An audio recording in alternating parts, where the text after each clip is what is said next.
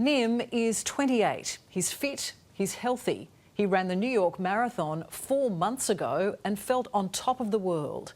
But when he started struggling to breathe, it uncovered something deadly. And you could actually help save his life with one simple swab. I guess that's what kind of makes this whole story so bizarre, is that the point at which I got diagnosed is probably the healthiest and fittest I've ever been in my life. I think your whole body just goes into shock. And then from there you just sort of take it step by step and you just have to keep moving forward.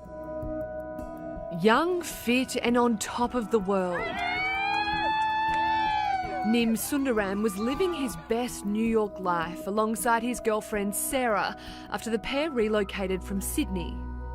We had a great 2.5 years, both within New York City, which is a pretty crazy place to be, especially at this age and, without any real responsibilities. And, we spent a lot of time traveling and kind of really seeing a lot of the US.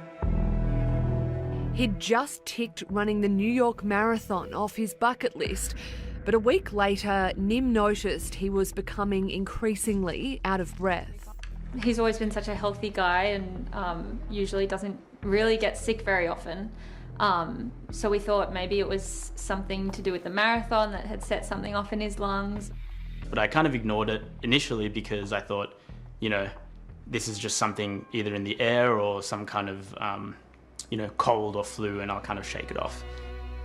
But Nim couldn't shake it off. Just days later, he struggled to walk across the room without needing to rest.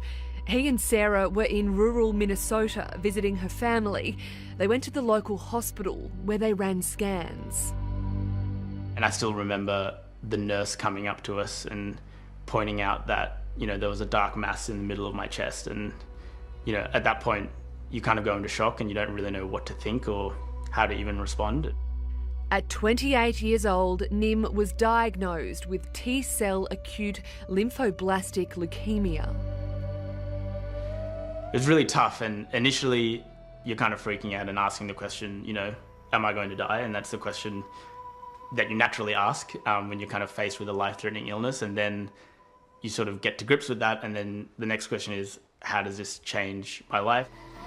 He began treatment immediately in the US, but the couple soon realised they needed to be back home, closer to family.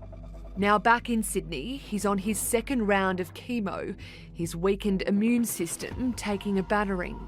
There are some days I come in and I don't actually get the chemo because my blood counts aren't high enough, so that's more frustrating than this.